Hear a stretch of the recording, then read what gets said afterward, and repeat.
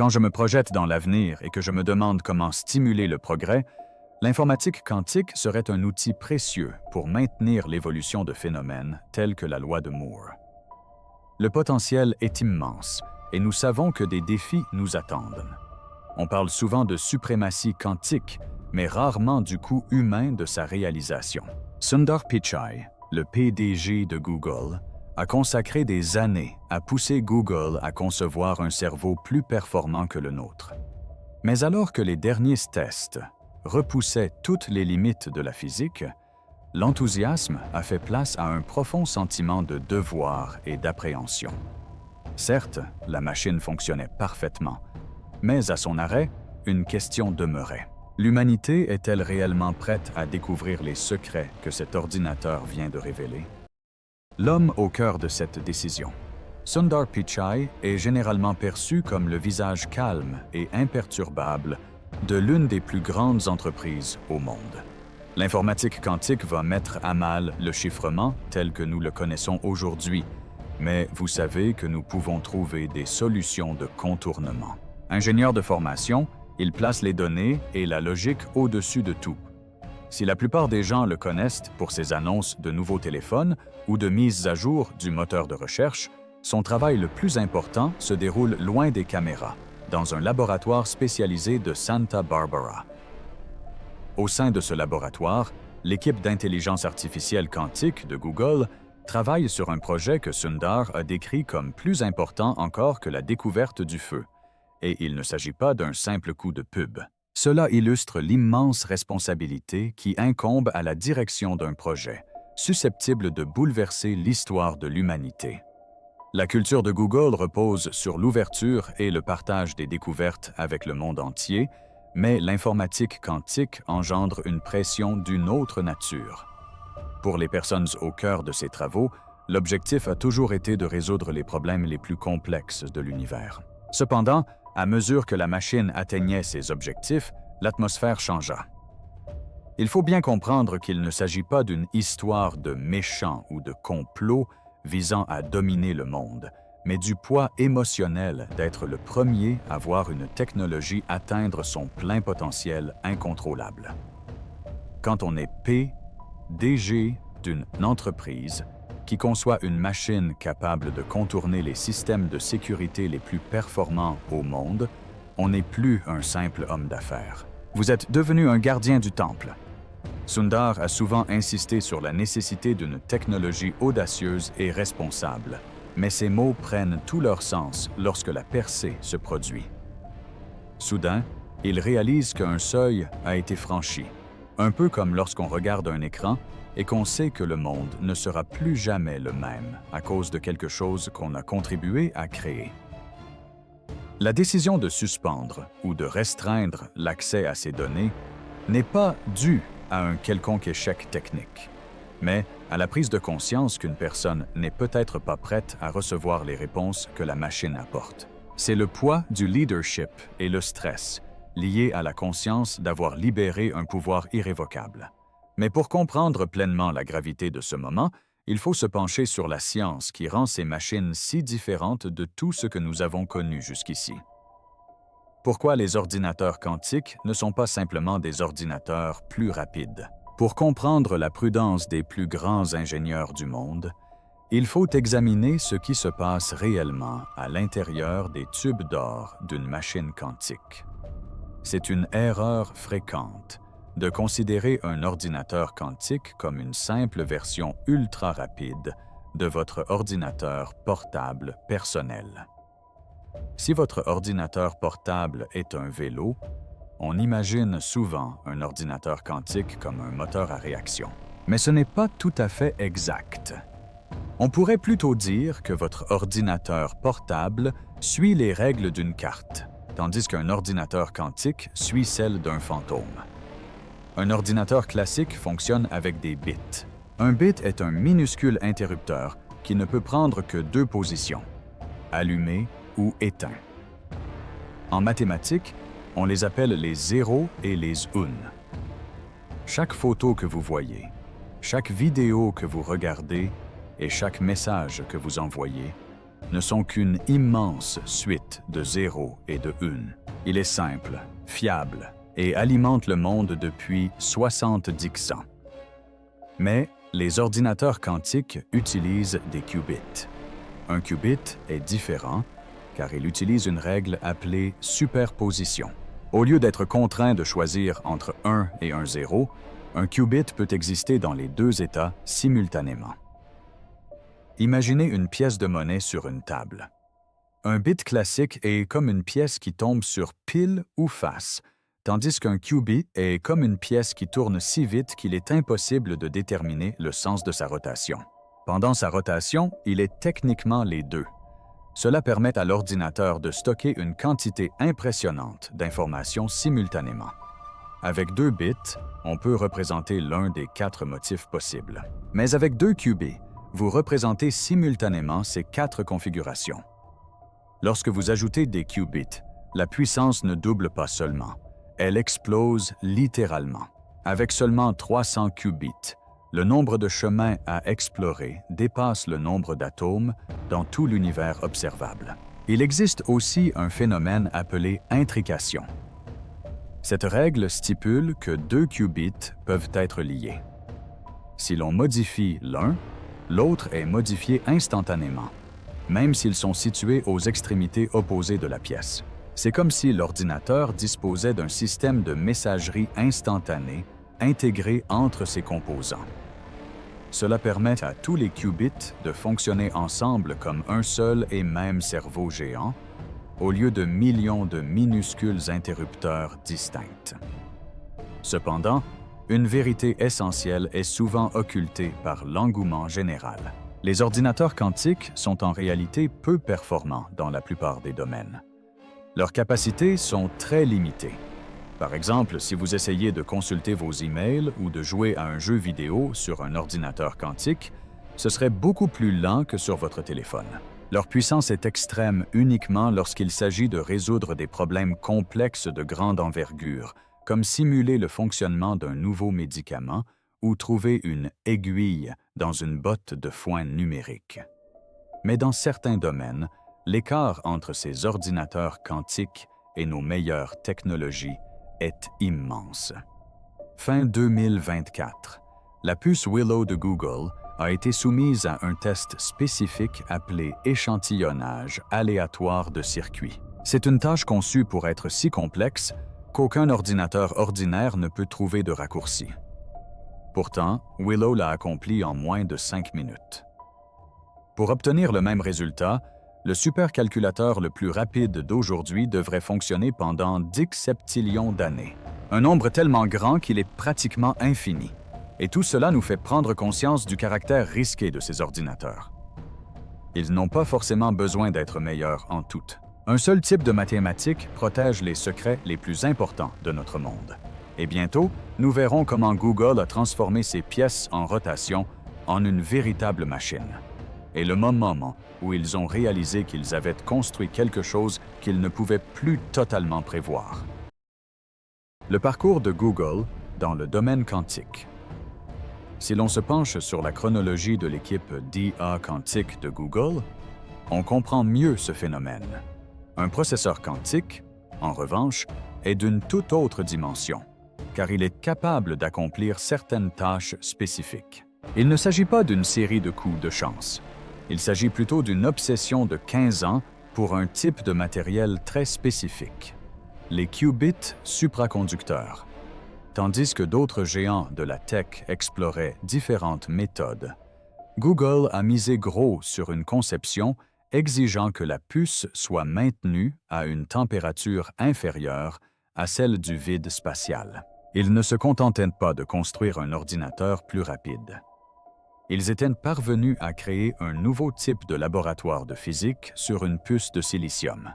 Le premier véritable engouement s'est manifesté fin 2019.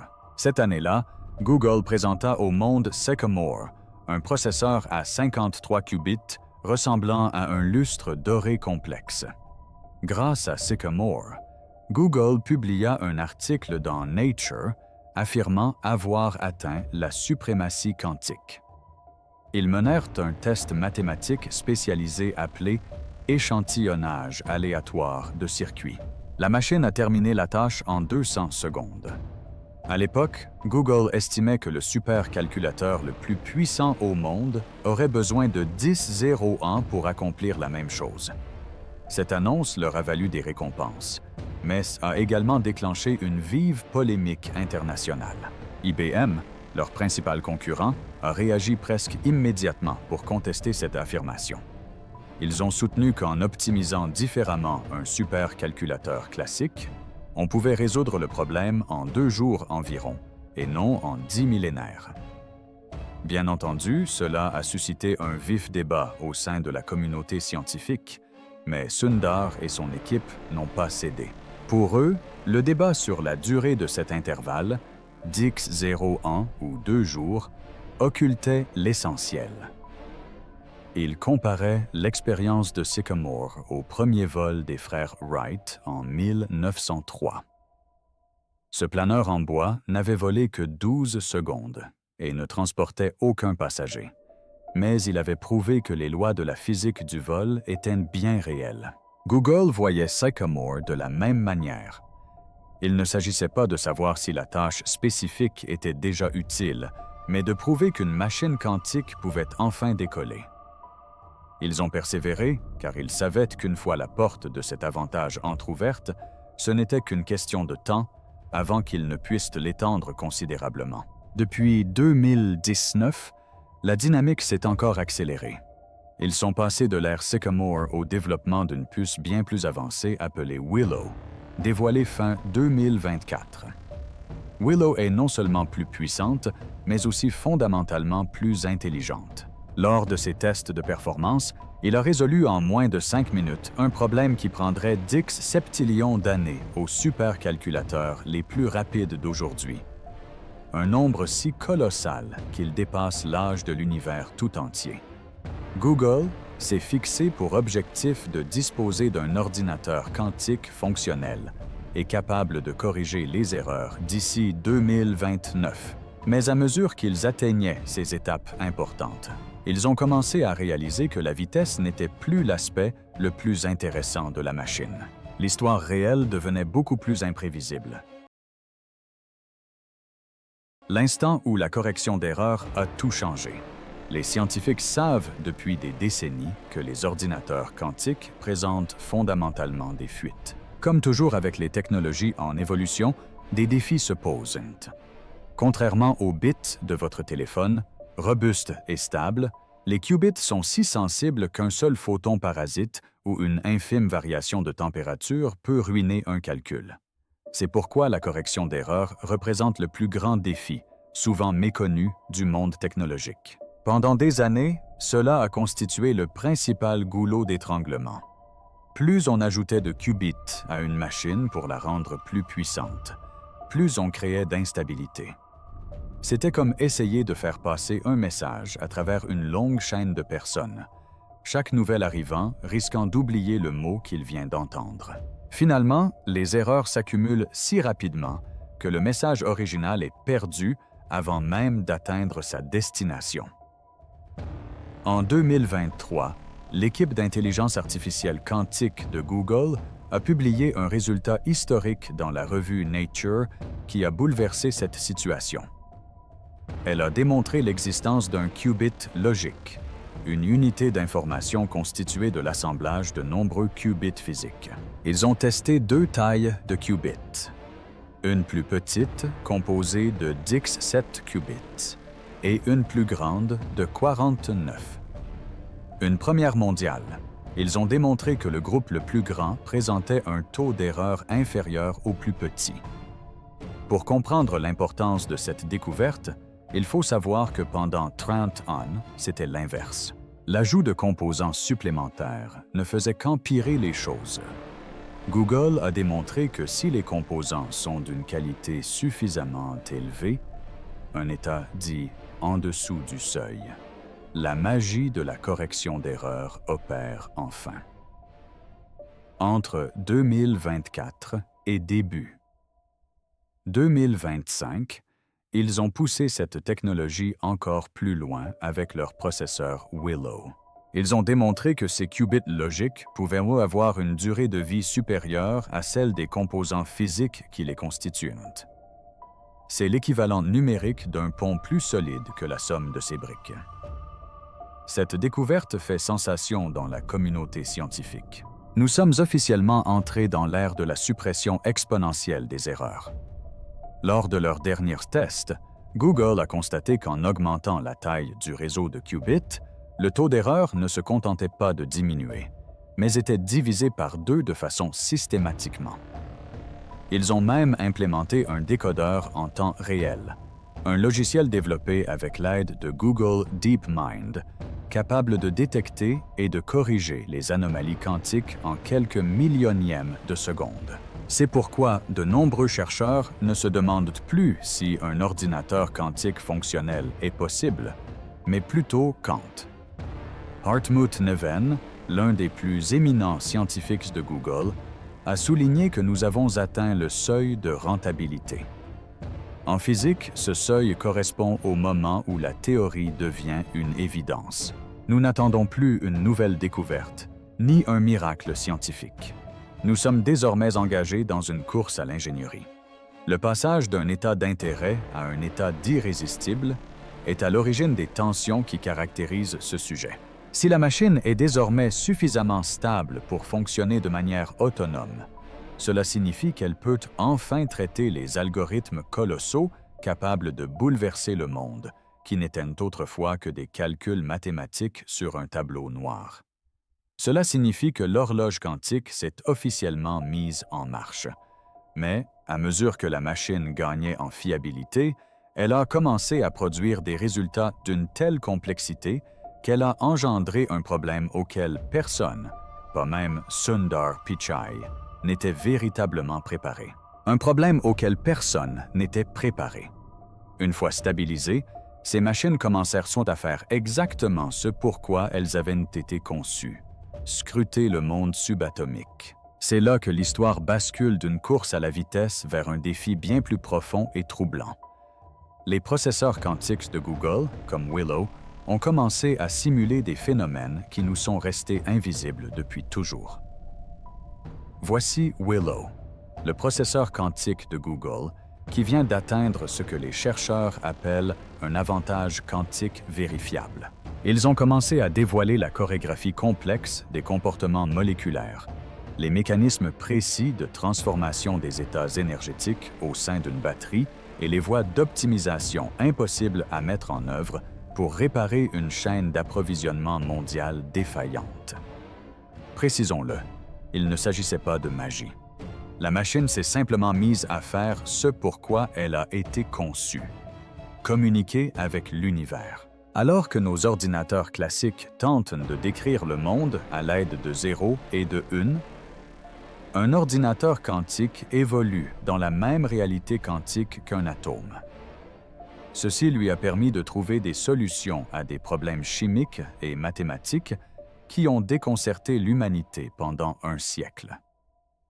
Mais ce succès a engendré un tout nouveau problème, source de profonds débats au sein de la direction de Google. On appelle cela le fossé de vérification. Depuis toujours, nous avons la possibilité de vérifier le fonctionnement des machines. Quand une calculatrice indique que 2 plus 2 font 4, vous pouvez le vérifier du bout des doigts. Lorsqu'un supercalculateur prédit la météo, nous pouvons regarder dehors et voir s'il pleut. Mais nous sommes désormais entrés dans l'ère post-classique. Nous utilisons des ordinateurs quantiques pour résoudre des problèmes si vastes et si complexes qu'il n'existe aucun autre moyen de vérifier la réponse. Lorsque les tests de performance de Google en 2024 ont révélé un calcul nécessitant 10 septillions d'années pour un supercalculateur, ils ont mis en lumière une réalité terrifiante. Si ce calcul est erroné, comment le saurons-nous? Nous n'avons pas 10 septillions d'années pour le vérifier. En clair, nous avons construit une machine insondable, plus intelligente que l'ensemble des connaissances humaines réunies.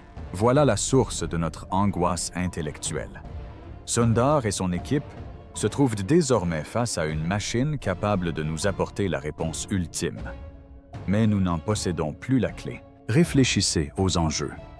Si nous utilisons un ordinateur quantique pour concevoir un nouveau médicament, nous confions des vies humaines à ces calculs mathématiques invérifiables.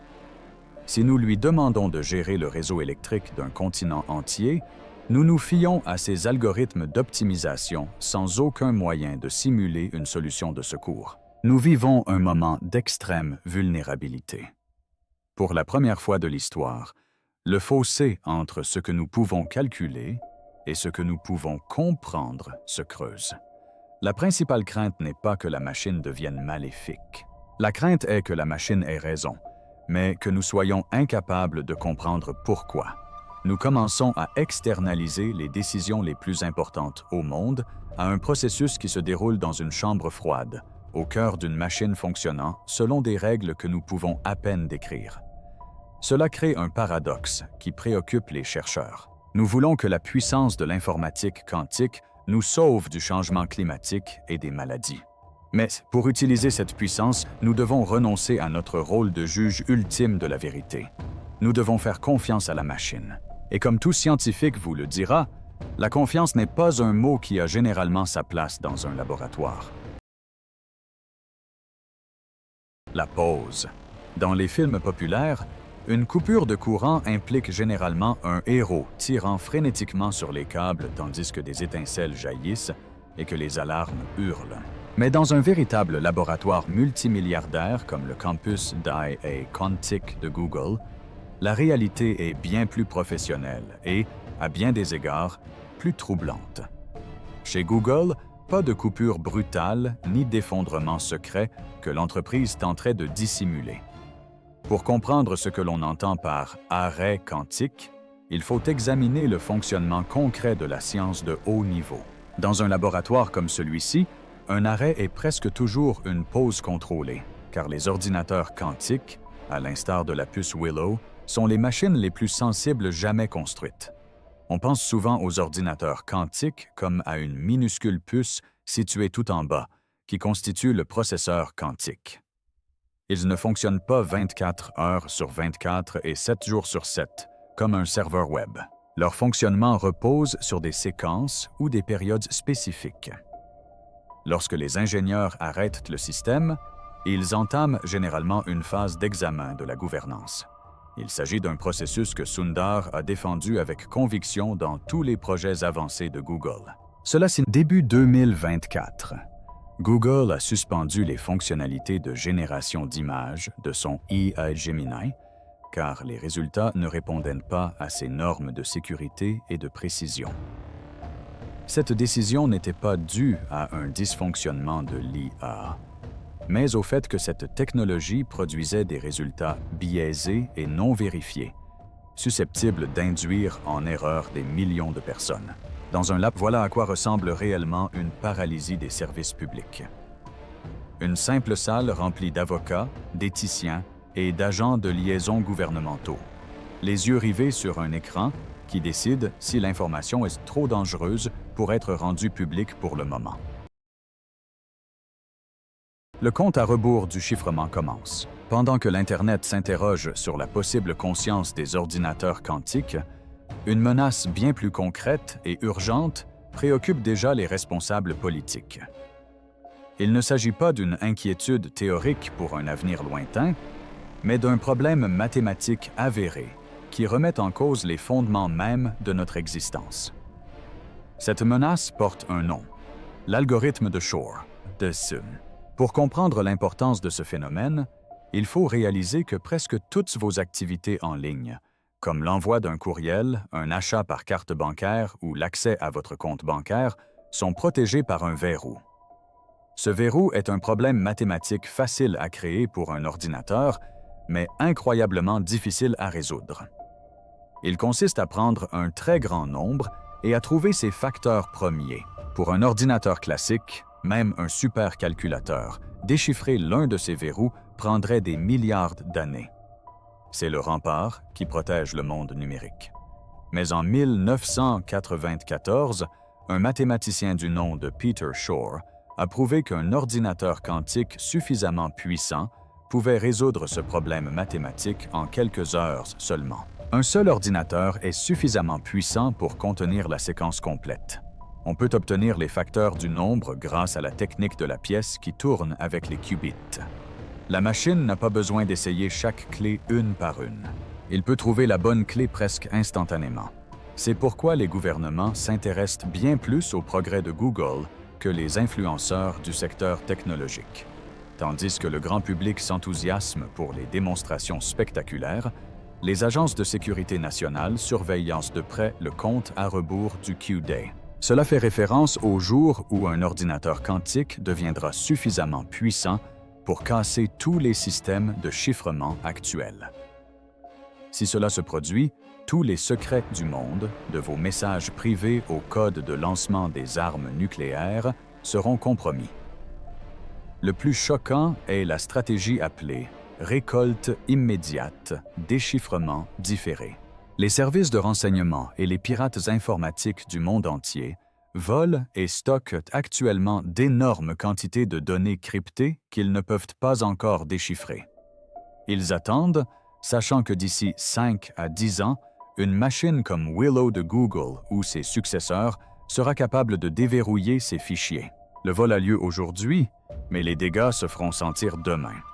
Ce n'est pas une simple spéculation. Il a déjà engendré un bouleversement majeur dans le fonctionnement du monde. La maison, c'est le temps qui s'écoule inexorablement. À chaque annonce par Google d'un qubit logique plus stable, la marge de manœuvre pour notre sécurité actuelle se réduit. La menace est constante. Cela est consigné dans des documents gouvernementaux, et c'est la raison pour laquelle les progrès réalisés dans ces laboratoires frigorifiques sont suivis de près par les généraux autant que par les ingénieurs. Quand l'IA et la physique quantique s'alimentent mutuellement, l'histoire de l'informatique quantique ne se limite plus à la physique. C'est devenu l'histoire d'une boucle. Un ordinateur quantique, et cet ordinateur quantique sera capable de résoudre des problèmes qui, autrement, resteraient insolubles. Un cycle où le logiciel le plus intelligent que nous ayons jamais créé conçoit désormais le matériel le plus intelligent dont nous ayons jamais rêvé. C'est le moment où l'intelligence artificielle et l'informatique quantique commencent à se nourrir mutuellement, et cela se produit dès maintenant au sein des centres de recherche de Google. Depuis quelques années, Google utilise des modèles d'IA spécialisés, comme ceux de l'équipe DeepMind, pour résoudre l'énigme de la puce quantique elle-même. Concevoir un processeur comme Willow est une tâche trop complexe pour un cerveau humain. Il existe, mais cette boucle fonctionne dans les deux sens. De même que l'IA contribue à la conception des puces quantiques, les ordinateurs quantiques sont en cours de développement pour repousser les limites de l'entraînement de l'IA. Aujourd'hui, l'entraînement d'un modèle comme Gemini ou ChatGPT nécessite des mois de travail et une quantité d'électricité colossale. Il faut des milliers de puces classiques fonctionnant jour et nuit pour détecter des tendances dans les données. Nous atteignons un plafond où il nous est tout simplement impossible de construire suffisamment de centrales électriques pour continuer à faire croître l'IA. L'informatique quantique change la donne.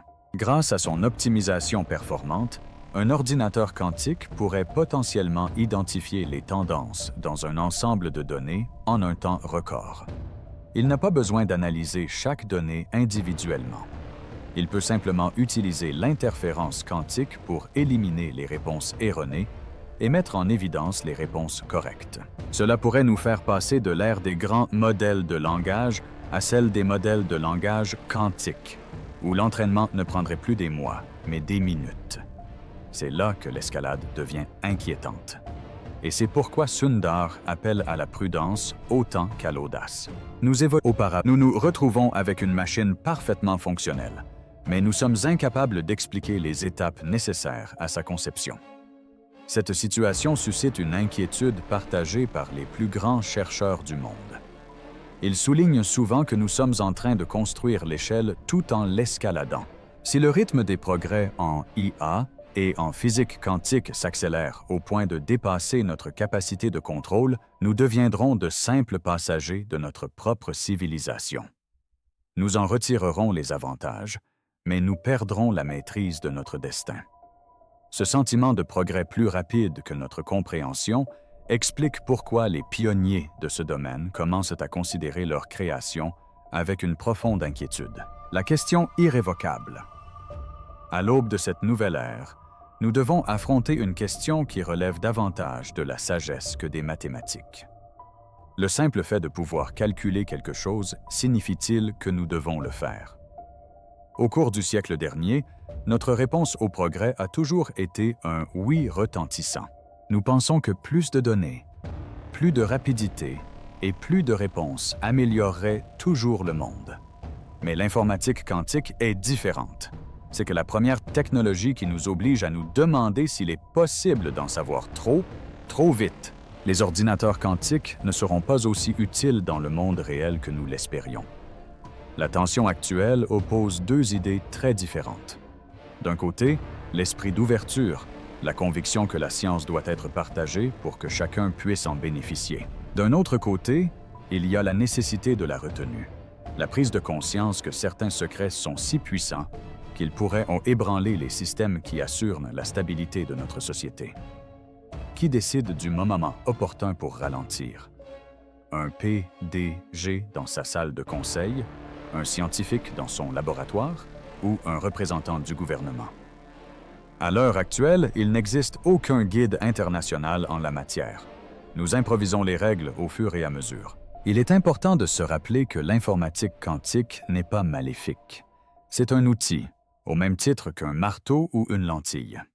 Elle a le potentiel de résoudre la crise alimentaire, de capter le carbone présent dans l'atmosphère et de guérir des maladies qui nous hantent depuis des siècles. Mais le pouvoir sans la capacité de le vérifier est dangereux. Si nous en arrivons à faire confiance aux réponses d'une machine simplement parce que nous ne sommes pas assez intelligents pour les contester, nous aurons renoncé à une part essentielle de ce qui définit l'humanité.